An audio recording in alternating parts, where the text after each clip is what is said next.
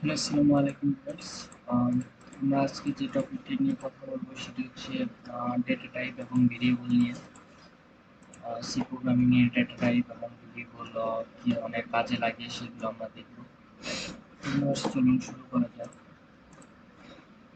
তো এখানে বলা আছে why do we need variable, অর্থাৎ আজকে আমরা এই ভেরিয়েবল সম্পর্কে জানবো।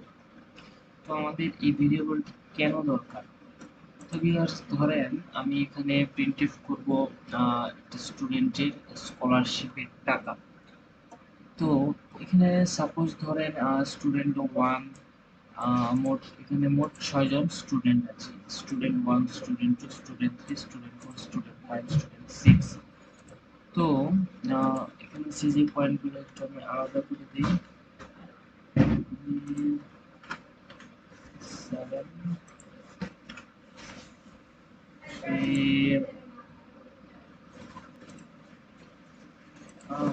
এখানে সাপোজ দিলাম 8 and then এখানে 6।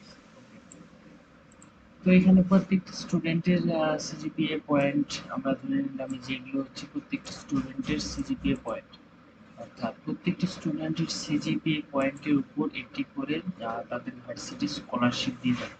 অর্থাৎ কত টাকা স্কলারশিপ দিয়ে থাকে, আমরা ধরে নিলাম যে 2000 টাকা স্কলারশিপ দিয়ে দেয়। তো এখন আমরা যদি এটি প্রিন্টএফ করে থাকি তাহলে আমাদের এই স্কলারশিপের টাকাটি বেরিয়ে আসবে, আমাদের প্রত্যেকটি স্টুডেন্ট কত করে টাকা পাবে, অর্থাৎ এটি এবং এই গুণটি করলে যে টাকাটি আসবে, অ্যামাউন্টটি আসবে, সেই অ্যামাউন্টটি আমাদের স্টুডেন্ট পেয়ে যাবে। তো এখন সাপোজ ধরেন আমাদের যে স্কলারশিপের টাকাটা দিচ্ছে সেই স্কলারশিপের টাকা 2000 টাকায় হচ্ছে না। তো এখানে কি বলা হচ্ছে, what if the amount should be 300, তো 3000 সরি। ভার্সিটি থেকে যদি এই 1000 টাকা বৃদ্ধি করা হয়, ধরেন এখানে স্টুডেন্ট আছে 6 জন। তো এখানে আমি খুব 6 জনকে খুব ইজিলি ভাবে এখানে 3000 2000 কাটা দিয়ে 3000 লিখে দিতে পারবো। এটা ডাজ নট ম্যাটার। বাট ধরেন কোনো কোনো ভার্সিটিতে তো 500 1000 স্টুডেন্টও আছে। তো এখন কি আপনি সেই 500 বার 3000 লিখবেন? 500 বার এই 2000 কাটবেন, একবার করে কাটবেন, একবার করে লিখবেন? অবশ্যই না। তার জন্য অবশ্যই একটি সিস্টেম আছে। তো তার জন্য আমরা যে কাজটি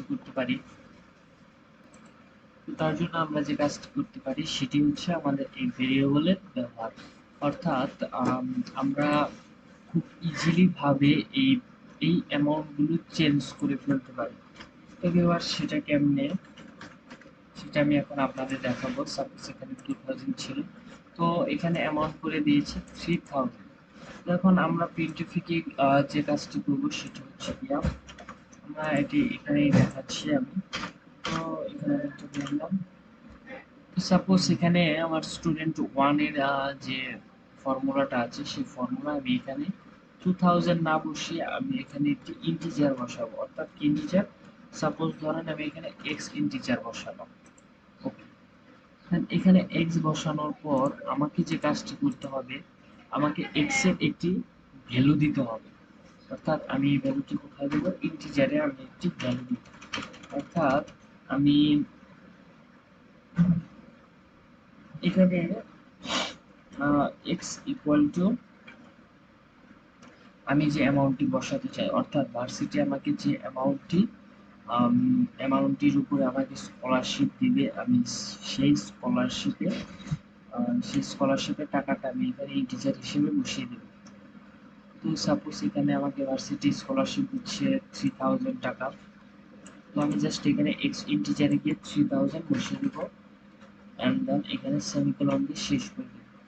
অর্থাৎ এই কাজটি করার পর আমার যে কাজটি হবে সেটি হচ্ছে, আমি এই প্রিন্টএফ করার পর আমার যে প্রোগ্রামিং কোডটি আছে সেই কোডটি আমার এই সিজিপি পয়েন্টের সাথে আমি যে এই যে এক্স ইন্টিজারে 3000 অ্যামাউন্টটি বসালাম, সেই অ্যামাউন্টটি আমার এই সিজিপি পয়েন্টের সাথে গুণ হয়ে যাবে। অর্থাৎ আমাকে এই প্রতিবার এই অ্যামাউন্টটি চেঞ্জ করতে হবে না। ধরেন ভার্সিটির এখন ইচ্ছা হলো এই 3000-এ হচ্ছে না, তো এখানে 5000 দিবে। তো দেখ সমস্যা নেই তো, 50,000 সমস্যা নেই। জাস্ট আমি এখানে যে কাজটা করবো সেটা হচ্ছে এখানে এক্স ইন্টিজার বসিয়ে ইকুয়াল দিয়ে আমি এখানে 5,000 করে দিব, 5,000 করে সেমিকোলন দিয়ে শেষ করে দিব। এন্ড আমার এই প্রিন্টএফ এর জায়গায় আমার এই যে কাজটা রয়েছে অর্থাৎ আমার সিজিপিএ পয়েন্টের সাথে যে এক্স রয়েছে এই এক্স এর ভ্যালুটা এখানে অটোমেটিক বসে যাবে এবং আমাকে বারবার সেম কাজটি করতে হবে না। তো ভিউয়ার্স, এই যে এই এত বড় কাজটি খুব সংক্ষেপে এবং ছোটভাবে করার জন্যই এই ভেরিয়েবল গুলো ইউজ করা হয়, এর জন্যই আমাদের এই ভেরিয়েবল গুলো দরকার। তো ভিউয়ার্স, আশা করি বুঝতে পেরেছি আমাদের কেন এই ভেরিয়েবল গুলো দরকার।